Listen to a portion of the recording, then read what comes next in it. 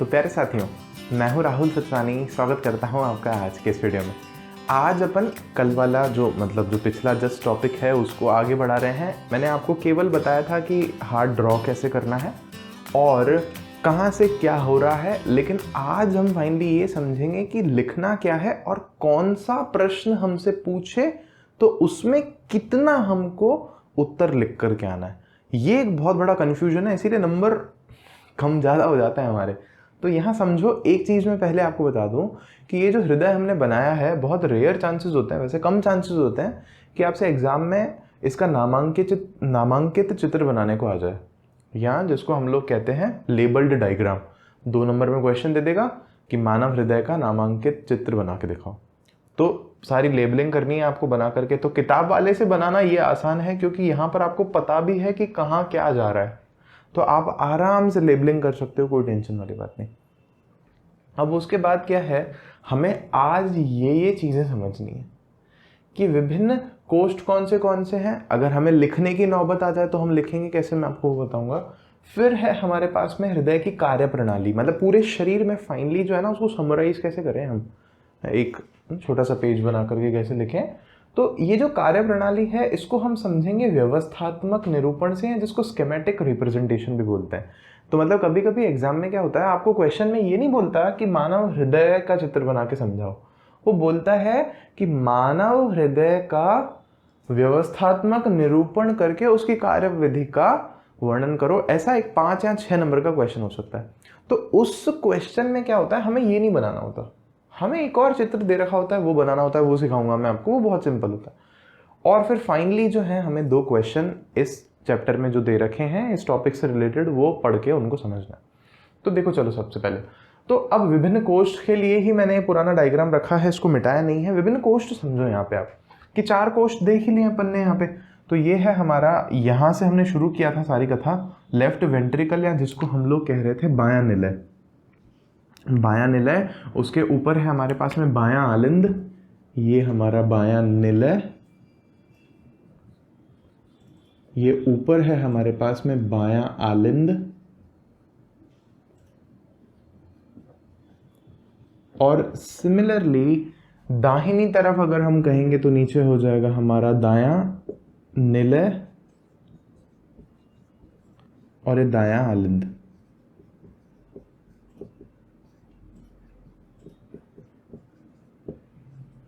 अब तीर वीर बना के आप जो समझाना चाह रहे हो बता देना कि कौन सा निलय कौन सा आलिंद है।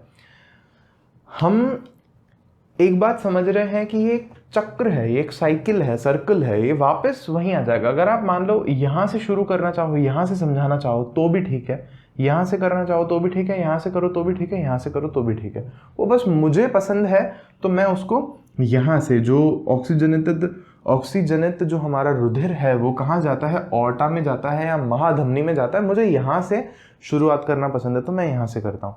तो अब सुनो, हमें इन 4 चीज़ों के बारे में बताना है कि हृदय के जो विभिन्न कोष्ठ हैं उनका क्या क्या काम है, ऐसा मान लेते हैं अपन एक बार के लिए।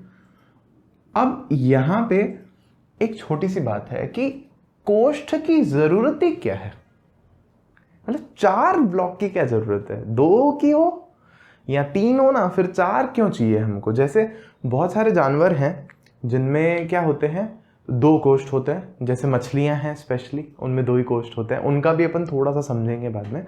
और उसके अलावा कुछ एक जीव होते हैं जिनमें 3 कोष्ठ होते हैं, या फिर जैसे पक्षी हैं और हम हैं तो हम में 4 कोष्ठ होते हैं, हृदय में 4 चेम्बर्स होते हैं। तो क्वेश्चन यहाँ पर पैदा हो जाता है कि क्यों है ज़्यादा ज़रूरत, मतलब ऐसे 4 की ज़्यादा ज़रूरत क्यों है हमें। तो इसका आंसर क्या है, देखो फिर घूम फिर करके बात सारी वहीं सुई आके वहीं अटकती है कि हम जो जीव हैं हमें बहुत ज़्यादा ऊर्जा की आवश्यकता है।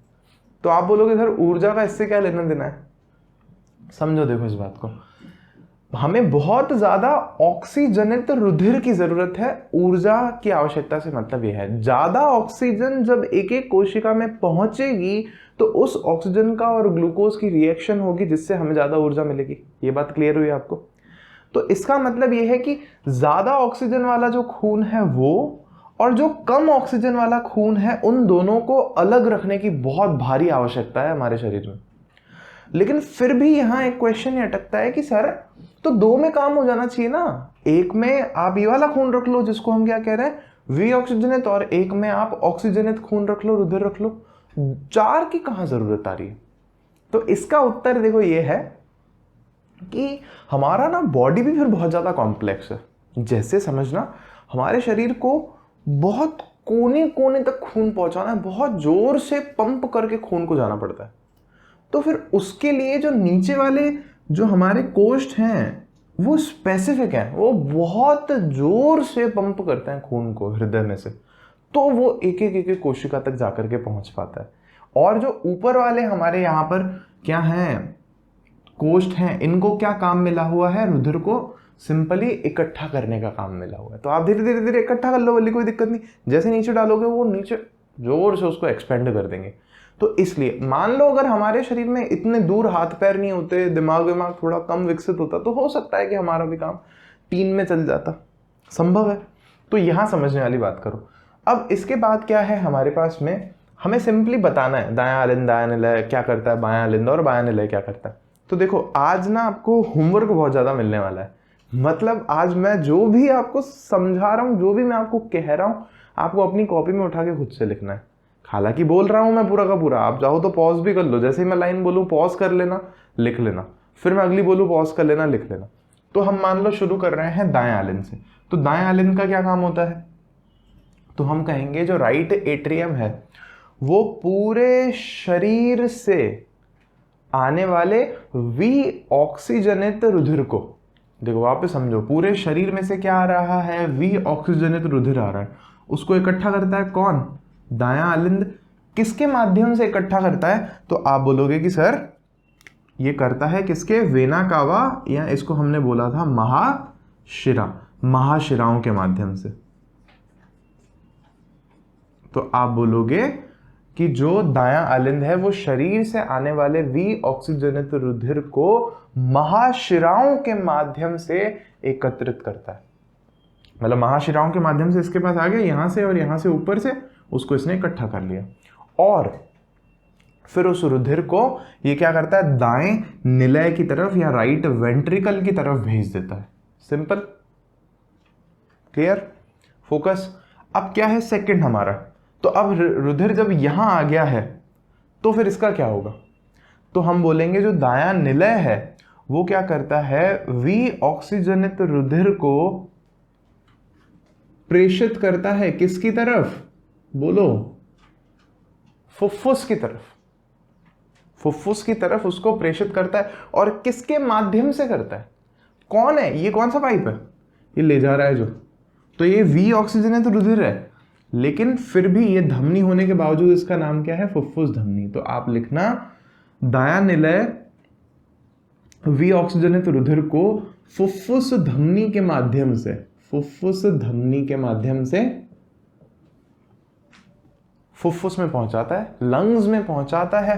Got it? पल्मोनरी आर्टरी के माध्यम से क्या करता है? वो उसको लंग्स में पहुंचा देता है। ये इसकी एक्सप्लेनेशन हो गई। फिर क्या है हमारे पास में? तीसरा बायां आलिंद। तो बायां आलिंद क्या करता है?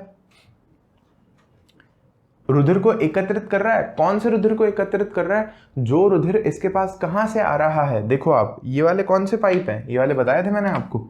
इस पाइप को हमने क्या नाम दे रखा है? फुफ्फुस। ऐसे लिख देता हूं मैं, फुफ्फुस शिरा। तो आप लिखोगे कि बायां आलिंद फुफ्फुस शिराओं के माध्यम से आने वाले कैसा रुधिर है? ये ऑक्सीजनित रुधिर। बायां आलिंद फुफ्फुस शिराओं के माध्यम से आने वाले ऑक्सीजनित रुधिर को एकत्रित करता है, और फिर उस रुधिर को ये बाएं निलय की तरफ प्रेषित कर देता है, प्रवाहित कर देता है, लेफ्ट वेंट्रिकल में चला जाता है। यहां से सिंपल है, बहुत सिंपल है। जो हमने कल बोला है, कल मैंने आपको पूरा समझाया है, उसको लिखने की कोशिश कर रहे हैं और ये समझने की कोशिश कर रहे हैं कि एग्जाम में क्वेश्चन कैसे आएंगे। बहुत सिंपल है, एग्जाम में कितना लिखना है, क्या लिखना है।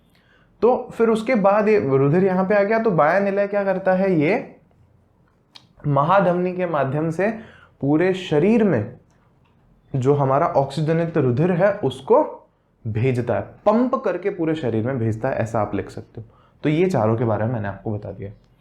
अब उसके बाद हमारी किताब में देखो कैसे समझा रखा है। किताब में बहुत अच्छा लिख रखा है उन्होंने कि क्या होता है, जब ये फैलता है, हमारा बायां आलिंद फैलता है, भाई फैलना और सिकुड़ना दो चीजें चल रही है। हार्ट क्या कर रहा है, फैलता है सिकुड़ता है, फैलता है सिकुड़ता है, लेकिन वो कॉम्प्लिकेटेड है, वो गति इतनी सरल नहीं है जितनी हमको लग रही है। तो जब बायां जो है हमारा आलिंद फैलता है, लेफ्ट एट्रियम फैलता है, तो इसमें जो रुधिर है वो इकट्ठा हो जाता है। लेकिन जैसे ही ये पिचकता है ना, जैसे ये सिकुड़ता है, जो रुधिर है वो नीचे चला जाता है लेफ्ट वेंट्रिकल में या बाएं निलय में। फिर क्या होता है, जैसे ही जो बायां निलय है वो पिचकता है, वो सिकुड़ता है, तो जो सारा रुधिर है वो महाधमनी के माध्यम से शरीर में चला जाता है। Got it. फिर आप समझो सेम चीज यहां हो रही है। क्या कि जैसे ही पूरा जो रुधिर है पूरे शरीर से आ रहा है, तो जब ये फैलता है, क्या दायां आलिंद जब फैलता है तो इसमें इकट्ठा हो जाता है। फिर जब ये सिकुड़ता है तो रुधिर यहां चला जाता है, और जब फाइनली मतलब ये जब फैला हुआ है राइट वेंट्रिकल, यहां हमारा दायां निलय, तो क्या होगा, रुधिर इसमें इकट्ठा होगा। ये जैसे ही सिकुड़ेगा तो रुधिर जो है हमारी फुफ्फुस में चला जाएगा। इंटरेस्टिंग। तो उन्होंने इस तरह से लिख रखा है, लेकिन इस तरह से हमें ऐसे लिख के समझाने की जरूरत नहीं है, जो हमने कहा है वो ठीक है। अब उसके बाद हमें कहाँ चलना है, फाइनली व्यवस्थात्मक निरूपण पे।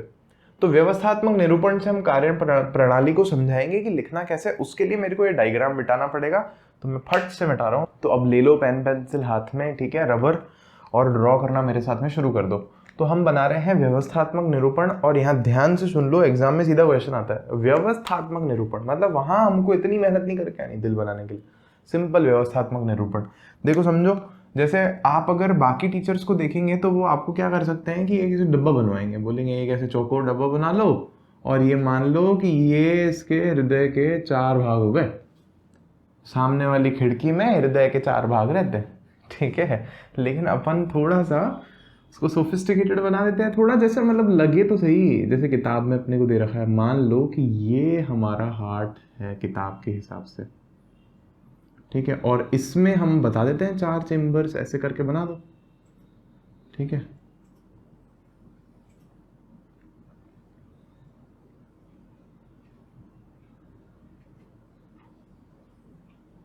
किताब में कुछ ऐसा बना रखा है, थोड़ा वो ज़्यादा अच्छा बना रखा है लेकिन अपन काम चला सकते हैं, ठीक है। तो अब देखो, क्या हमें याद तो हो ही गया है कि क्या कहाँ से निकल रहा है सारा का सारा। तो किताब वालों ने थोड़ी और मतलब कारस्तानी की है, अपन थोड़ा इसको सरल रखते हैं। किताब वालों ने क्या किया है, यहाँ से यूं लेके गए हैं पाइप को, अब वो कंफ्यूज करेगा, तो हम एक काम करते हैं ना, हम यहाँ से ही निकाल देते हैं, क्योंकि ये केवल व्यवस्था दिखा रहा है कि क्या हो रहा होगा, एग्जैक्ट डायग्राम तो वैसे भी नहीं है, हमको पता ही है बात। तो मैं क्या करता हूँ, एक काम करता हूँ, रेड से यहाँ से एक पाइप निकाल देता हूँ, और हम सबको पता है ये पाइप कौन सा है। अगर आप चाहो तो डबल कर लो, चाहो तो सिंगल रख लो, सिंगल ही रख लेते हैं इसको। इसका नाम है हमारे पास में महाधमनी। तो ये महाधमनी जो है शरीर के अंगों की तरफ रुधिर को लेकर के जा रही है, यहाँ इसको ऑर्टा बोलते हैं अपन। और फिर क्या हो रहा है, ये आगे जाकर के जो धमनियां हैं, बाकी जो धमनियां हैं बल्कि वो अलग अलग किन में विभाजित हो जाती हैं, कैपिलरीज में, केशिकाओं में विभाजित हो जाती हैं। तो ये चीज हमने बनाई थी, ये कैपिलरीज में, और यहां पे इसको ब्लू से बना देते हैं अपन। ये जो केशिकाएं हैं शरीर से आदान प्रदान करती हैं वापस से किस चीज का, ऑक्सीजन का, या बाकी जो खाद्य भोज्य पदार्थ हैं, पोषण वाले पदार्थ हैं उनका, और फिर से ये जुड़कर के क्या बना लेती है, शिरा बना देती है। तो यहाँ हम लोग लिख देते हैं केशिकाएं, या कैपिलरीज आप लिखना चाहो तो। अब ये जो केशिकाएं हैं ये मिलकर के बना रही हैं शिराएं, और वो शिरा भी स्पेसिफिकली अगर हम देखें तो रुधिर को कहाँ लेकर के जा रही है। अब यहाँ एक क्वेश्चन है, वो एंटर कराना है यहाँ पे। यहाँ गलती मत करना कि यहाँ एंटर करा दो, ऐसा बस ये गलती नहीं करनी, समझ रहे हो इस बात को। तो ये क्या है हमारी, देखा जाए तो शिरा है, और अगर आप स्पेसिफिकली यहाँ जाकर के देखना चाहो तो आप इसको महाशिरा कह सकते हो। ये तो शिराएं हैं खूब सारी, बल्कि शिराएं लिखना चाहिए प्लूरल। और ये भी देखा जाए तो यहाँ धमनियाँ हैं, ये वाली महाधमनी है जो यहाँ से निकल रही है, फिर तो हजारों धमनियाँ हैं, हजारों तो क्या जितनी भी होंगी मैंने गिनी नहीं है। तो यहाँ पे अब क्या होगा, ये जो रुधिर है यहाँ से हमारे नीचे वेंट्रिकल में प्रवेश करेगा, निलय में दाईं तरफ, और यहाँ से जो है ये वाला कैसा है रुधिर, ये वाला भी, तो आप नोटिस करोगे कि ये रुधिर भी कैसा है, वी ऑक्सीजनित या डी ऑक्सीजनेटेड। इसको जंप करा के ले जाते हैं अपन, ऐसा अपन सर्किट बनाते हैं ना उधर, ध्यान है। फिजिक्स में करते हैं ऐसे अपन, तो यहाँ तो अपन खैर कारस्तानी कर रहे हैं, लेकिन हमें समझाना ही है ना, लाइक जॉइंट नहीं है ना, हम इसलिए ऐसा बना रहे हैं, साइड में से निकल रही है चीज़। फिर इसको ले जाओ आप ऊपर, और हमारी किताब में फिर इन्होंने क्या कर रखा है, इस तरह से ड्राइंग बना रखी है कि ये जो है फाइनली जाकर के आगे किस में विभाजित हो जाता है, वापस से कोशिकाओं में। मतलब कहाँ पे, लंग्स में, हमारे फुफ्फुस में। ये जो खून है यहाँ से हार्ट ने कहाँ भेज दिया, दिल ने भेज दिया फुफ्फुस में। किस लिए भेजा, बोला ऑक्सीजन लाओ, तो ये फुफ्फुस में वापस से किस में विभाजित हो गया, केशिकाओं में। और केशिकाएं तो क्या लिखो, बल्कि मैं तो कहूँगा कोशिकाएं लिखो, लेकिन किताब में अब केशिकाएं ही लिखा है तो केशिकाएं लिखो, कोई बात नहीं, केशिकाएं, ठीक है। और यहां से जो रुधिर है ये फिर इकट्ठा हुआ, और यहां से रुधिर फाइनली जो है ऑक्सीजन लेकर के कहां आ गया, यहां पर आ गया। Got it. तो इसको हम लोग यहां लिख देते हैं, ये क्या है हमारे पास में, धमनी। ओ सॉरी सॉरी सॉरी, ये शिरा है हमारी, कौन सी शिरा है, ये वाली फुफ्फुस शिरा है, पल्मोनरी वीन, फुफ्फुस शिरा। क्योंकि ये हृदय की तरफ खून ला रही है, लेकिन कैसा खून ला रही है, साफ ला रही है, ऑक्सीजन वाला ला रही है। और ये वाली सिमिलरली हमारी क्या है, फुफ्फुस धमनी। तो मैं इसको फू धमनी लिख देता हूं, आप समझ जाना, फू धमनी, ठीक है। तो ये हमारा स्केमेटिक डायग्राम हो गया कि भाई हमने समझा दिया कि क्या सीन है। और यहाँ पे आप क्या कर सकते हो, इनके नाम लिख सकते हो। ये हमारा आलिंद है, ये आलिंद है, ये निलय है, ये निलय है, ये बायां बायां है, ये दायां दायां है, ये चीज़ आप समझा देना। अब मैं आपको बता रहा हूँ कि जो कार्य प्रणाली है ना, उसके पॉइंट्स बना लेना। तो जैसे पहले पॉइंट में हम कहाँ से शुरू कर रहे हैं, हम मान लो शुरू कर रहे हैं हमारे वही मेरे फेवरेट बाएं निलय से या लेफ्ट वेंट्रिकल से। तो हम बोलेंगे कि बाएं निलय से जो ऑक्सीजनित रुधिर है वो पंपित होता है, किसके माध्यम से, कौन लेके जाती है, महाधमनी। महाधमनी के माध्यम से पंपित होता है और पूरे शरीर की तरफ धमनियों की सहायता से पहुंचता है, ठीक है। शरीर के अंगों की तरफ धमनियों की सहायता से जाता है। फिर सेकंड पॉइंट में हम लोग क्या लिखेंगे कि धमनियां आगे चलकर अंगों तक पहुंचने पर छोटी छोटी छोटी छोटी छोटी केशिकाओं में विभाजित हो जाती है, और यही केशिकाएं पोषण पदार्थों, पोषक पदार्थों और ऑक्सीजन का एक एक, ऐसे लिखना है, यही केशिकाएं पोषक पदार्थों और ऑक्सीजन को प्रत्येक कोशिका तक पहुंचाती हैं। 2 पॉइंट हो गए अपने, ठीक है। वैसे 3 हो गए, 2-3 पॉइंट जितने आप चाहो अपने हिसाब से बना सकते हो उसमें से। फिर उसको दे दिया एक एक चीज। फिर उसके बाद क्या होगा कि यही केशिकाएं बाद में उन कोशिकाओं से अपशिष्ट एकत्रित करती हैं और आगे चल करके जुड़ करके शिराओं का निर्माण करती हैं। कैपिलरीज जो हैं उन्होंने CO2 ले ली, बाकी कचरा वचरा कुछ था तो ले लिया, पतली पतली पतली केशिकाएं आगे चली और जुड़ करके उन्होंने क्या बना लिया, उन्होंने बना ली वीन्स बना ली, या जिनको हम लोग कह रहे हैं शिराएं बना ली। और ये जो शिराएं हैं वी ऑक्सीजनित रुधिर को लेकर के आगे बढ़ती हैं और अंततः महाशिरा के माध्यम से, महाशिरा, ये महाशिरा इसको बोल सकते हैं अपन, तो महाशिराओं के माध्यम से क्या करती हैं, हृदय के दाएं आलिंद में, राइट एट्रियम में जो वी ऑक्सीजनित रुधिर है उसको लेकर के छोड़ा जाती हैं, वहां ले जाती हैं उस रुधिर को, ठीक है।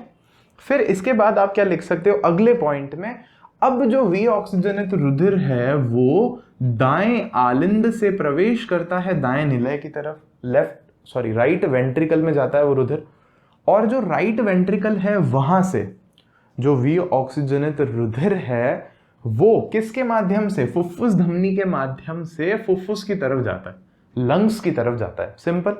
फिर अगले पॉइंट में आप क्या लिख सकते हो, लंग्स में या फुफ्फुस में जो रुधिर है उसमें से CO2 निकल जाती है और जो ऑक्सीजन है वो ऐड हो जाती है, ऑक्सीजन जुड़ जाती है, उसमें बहुत सारी ऑक्सीजन आ जाती है, और फिर जो ऑक्सीजनित रुधिर है वो फुफ्फुस शिरा के माध्यम से, फुफ्फुस शिरा या पल्मोनरी वीन के माध्यम से जो है हमारे लेफ्ट एट्रियम में, या इसको हम बोले बाएं आलिंद में प्रवेश करती है, तो सारा जो रुधिर है वहां जाता है।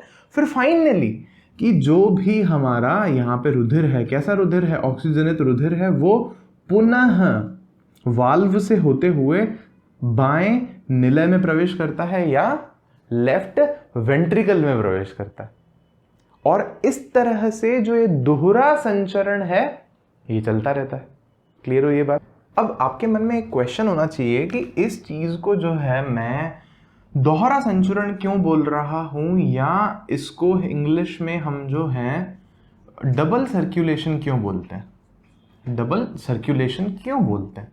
क्यों? क्योंकि हमारे पास ऐसे भी जीव हैं जिनमें दोहरा नहीं होता, जिनमें एकल संचरण होता है या सिंगल सर्कुलेशन होता है। तो किताब में हिंट दिया है, तो मैं भी थोड़ा सा ही बताऊंगा, आपको ज़्यादा नहीं चलेंगे उस चीज़ में अपन। लेकिन पहले ये समझो कि इसको दोहरा क्यों बोल रहे हैं। हमारे शरीर में जो सर्कुलेशन हो रहा है वो डबल क्यों है, वो सिंगल क्यों नहीं है। तो इसका आंसर है कि देखो, एक चक्र पूरा होने में रुधिर प्रवाह का हमारे शरीर में जो रुधिर है वो हमारे हृदय से 2 बार गुजरता है, इसलिए इसे हम लोग क्या बोलते हैं, दोहरा संचरण, डबल सर्कुलेशन। क्लियर हुई क्या है बात आपको?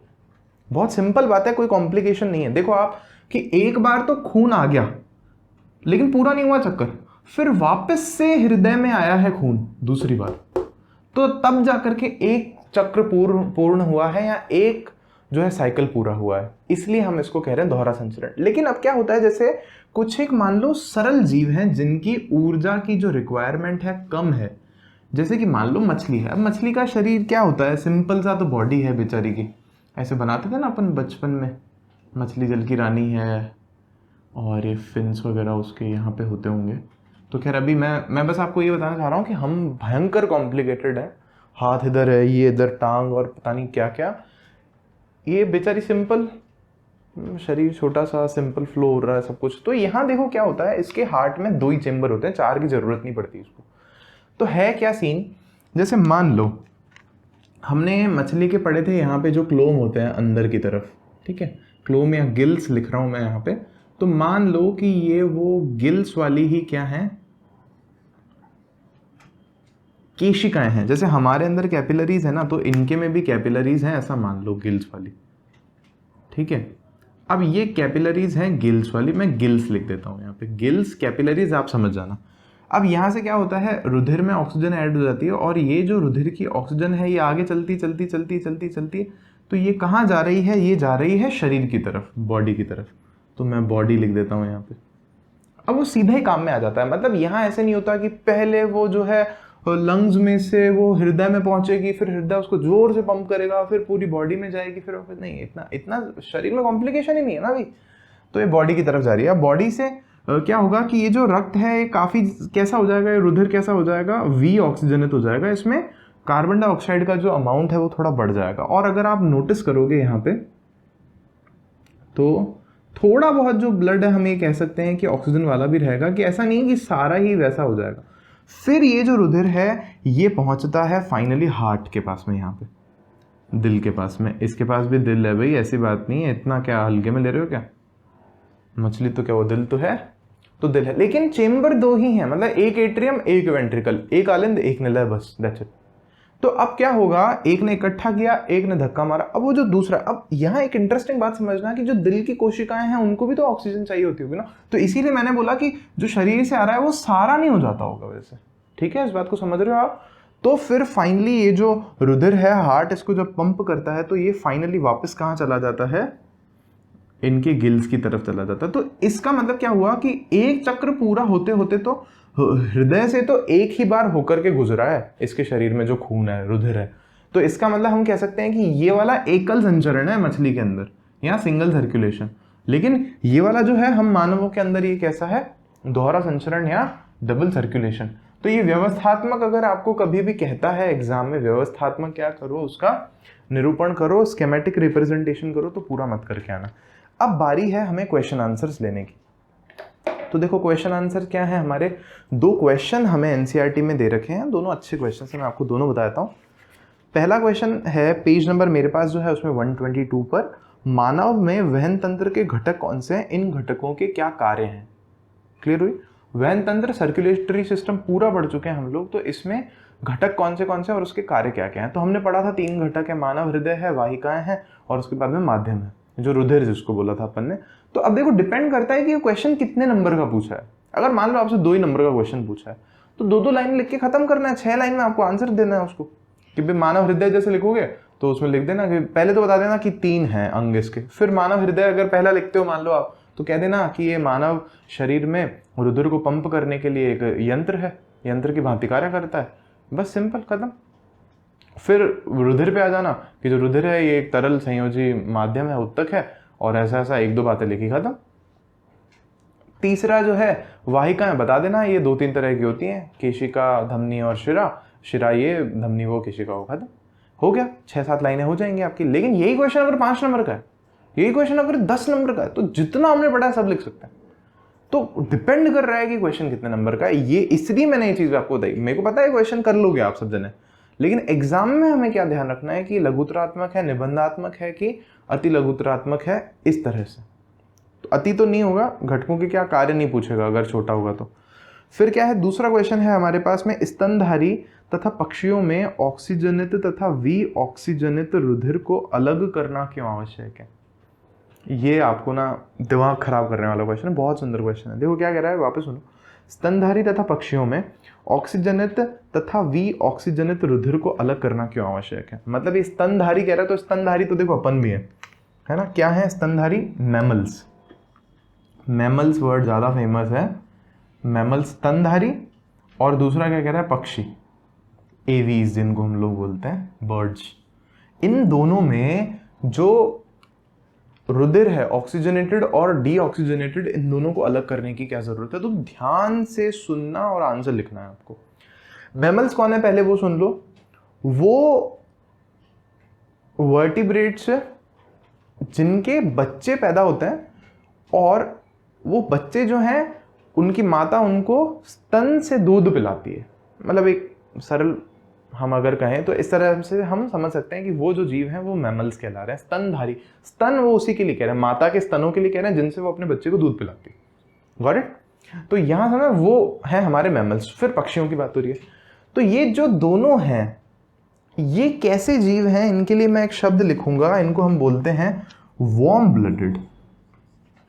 Warm blooded animals. ब्लडेड, अब ये एनिमेलिया किंगडम में ही है तो एनिमल्स लिखना नहीं लिखना एक ही बात है, वार्म ब्लडेड एनिमल्स। लेकिन इसके अलावा हमारे पास एक और भी होती है कैटेगरी जिनको हम लोग बोलते हैं कोल्ड ब्लडेड एनिमल्स। अब पहले तो हमें इन दोनों के बीच में फर्क पता होना चाहिए तो हम इसका आंसर लिख पाएंगे। कोल्ड ब्लडेड एनिमल्स, तो कोल्ड ब्लडेड का क्या आंसर है, एग्जाम्पल क्या है, ये बढ़िया है, यहीं आ गए अपन, फिश इसका एग्जाम्पल है।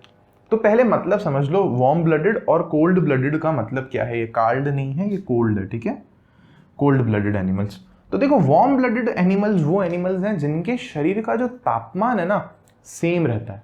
मतलब इनको अगर हम हिंदी में नाम दें तो इनका हिंदी में नाम है समतापी। समतापी जीव जंतु एनिमल्स हैं क्योंकि, और यहाँ पे जो है विषमतापी कह लोगे, उसमें तो कोई दिक्कत वाली बात नहीं है। वैसे समझो क्या मतलब है कि ये जो जीव है ना इनका शरीर का स्ट्रक्चर सिंपल है। और ये कैसे है, कोल्ड ब्लड, मतलब ये ठंडे खून वाले। ठंडे खून का मतलब ये नहीं कि इनका खून ठंडा है, बहुत ज्यादा ठंडा बर्फ है, नहीं, ऐसा नहीं है। इसका मतलब क्या है कि अगर इनके चारों तरफ का जो तापमान है वो परिवर्तित हो जाए तो ये जो है ना अपने शरीर का तापमान नहीं बदल सकती अकॉर्डिंगली। जैसे देखो हमारे शरीर का क्या है, जो एवरेज टेम्परेचर है सेल्सियस में अगर हम बात करें तो लगभग 37 डिग्री होता है। तो अगर मान लो हम, जैसे मैं राजस्थान में रह रहा हूं, तो राजस्थान का टेम्परेचर मई जून में कितना चला जाता है, 50 डिग्री सेल्सियस तक भी चला जाता है, बहुत रेयर केसेस में 45 तक तो चला ही जाता है। तो भी अगर मैं धूप में निकल जाता हूं तो उसका मतलब ये नहीं है कि मेरे शरीर के अंदर का जो तापमान है वो 37 से 42 हो जाएगा, नहीं। अगर ऐसा हो जाएगा तो मर जाएंगे हम। तो मतलब हमारे शरीर के पास एक कैपेबिलिटी है, एक क्वालिटी है कि वो क्या कर सकता है, अपना जो टेम्परेचर है वो एडजस्ट कर लेता है। कैसे, पसीना बहुत बहा देता है ना, अगर बहुत ज्यादा गर्मी लग जाएगी तो वो पसीना बहा देगा, तो पसीने में क्या होगा, अंदर की जो गर्मी है वो बाहर निकल जाएगी। इसका मतलब हमारा टेम्परेचर 37 ही रहेगा, 42 नहीं होगा। आई बात समझ में? लेकिन वो जो कैपेबिलिटी है ना, वो जो शक्ति है ऐसा करने की, वो इनके पास नहीं। इसको बोलते हैं होम्योस्टेसिस।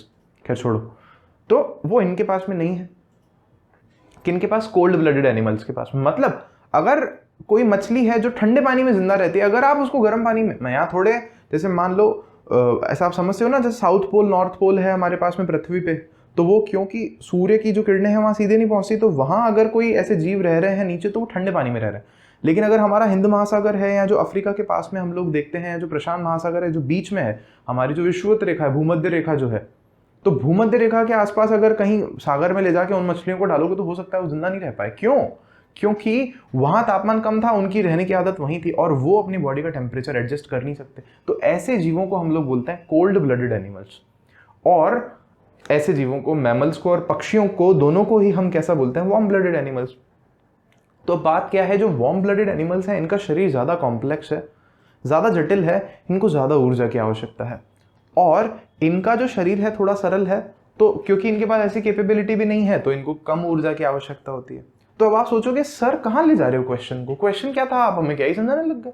तो देखो क्वेश्चन वापस सुनो। क्या क्वेश्चन कह रहा है? स्तनधारियों में और पक्षियों में ऑक्सीजनित व विऑक्सीजनित रुधिर को अलग करने की क्या आवश्यकता होती है? तो हम इसको यही समझाना चाह रहे हैं कि स्तनधारी और जो पक्षी हैं वो दोनों ही कैसे जीव हैं? वार्म ब्लडेड एनिमल्स हैं या समतापी जंतु हैं। जीव लिख देना प्लीज, जिंदा के लिए वर्ड यूज कर रहे हैं हम तो वैसे भी। समतापी जंतु हैं। तो इसका मतलब ये है कि उन्हें अपने शरीर का तापमान एक समान बनाए रखने के लिए भी ऊर्जा की काफी मात्रा में आवश्यकता होती है। और इनका जो शारीरिक संरचना है, इनकी जो शारीरिक संरचना है वो कोल्ड ब्लडेड एनिमल्स की तुलना में या विषमतापी जंतुओं की तुलना में कैसी है? ज्यादा जटिल है। इनकी जो संरचना है वो विषमतापी जो जीव हैं उनके तुलना में ज्यादा जटिल है। तो उससे क्या हो रहा है? इसका मतलब और उनको ज्यादा ऊर्जा की जरूरत है। तो कुल मिला के ऊर्जा की ज्यादा जरूरत है। पहले हमने ये बात सिद्ध कर दी कि समतापी जीवों को ऊर्जा बहुत ज्यादा चाहिए। अब उस ऊर्जा के लिए हमें ऑक्सीजनित रुधिर की ज्यादा मात्रा में आवश्यकता है। बहुत क्लियर हो गया? बहुत क्लियर हो गया। और साथ ही साथ इनके शरीर में हमें दोहरा संचरण देखने को मिलता है। क्यों? लंग्स अलग से बनाए, हृदय अलग से बनाया, शरीर अलग से, और हृदय 2-2 बार पंप कर रहा है। ठीक है, दोहरा संचरण देखने को मिलता है। अतः इसीलिए विऑक्सीजनित और ऑक्सीजनित रुधिर को अलग रखना अत्यावश्यक हो जाता है, जिससे कि ज्यादा मात्रा में शरीर को ऑक्सीजनित रुधिर मिल सके और जो विऑक्सीजनित रुधिर है उसको सरलता से कहां भेजा जा सके? फुफ्फुस में भेजा जा सके, जहां से वो और ऑक्सीजन अपने अंदर समाहित कर सके। ऐसा उत्तर आपको कहीं लिखा नहीं मिलेगा। लेकिन देखो चैलेंज है, अब आप छोटे बच्चे नहीं हो, घुट्टी नहीं पिलानी है आपको एक एक चीज बता करके। तो आप खुद लिखो इसका आंसर, और इतना सुंदर ही लिखो जितना मैंने आपको बताया, जैसे मैंने आपको बताया। अगर थोड़ा सा भी आपको समझ में डाउट हुआ है तो वापस वीडियो के पीछे जाओ, शुरू करके वापस देखो। बहुत सिंपल है, कोई रॉकेट साइंस नहीं है, बहुत सिंपल चीज है, आप कर सकते हो बहुत अच्छे से। ठीक है क्या? तो चलो, अब 2 प्रश्न कहे थे मैंने, 2 प्रश्न बता दिए हैं स्कीमेटिक, और जो भी आज मैंने आपसे वादा किया था वो वीडियो में पूरा हुआ है। तो आप प्लीज प्लीज प्लीज क्या करना है आपको, सबको पता है, लाइक शेयर कमेंट सब्सक्राइब करना है। अपन मिलते हैं फिर आपसे नेक्स्ट वीडियो में।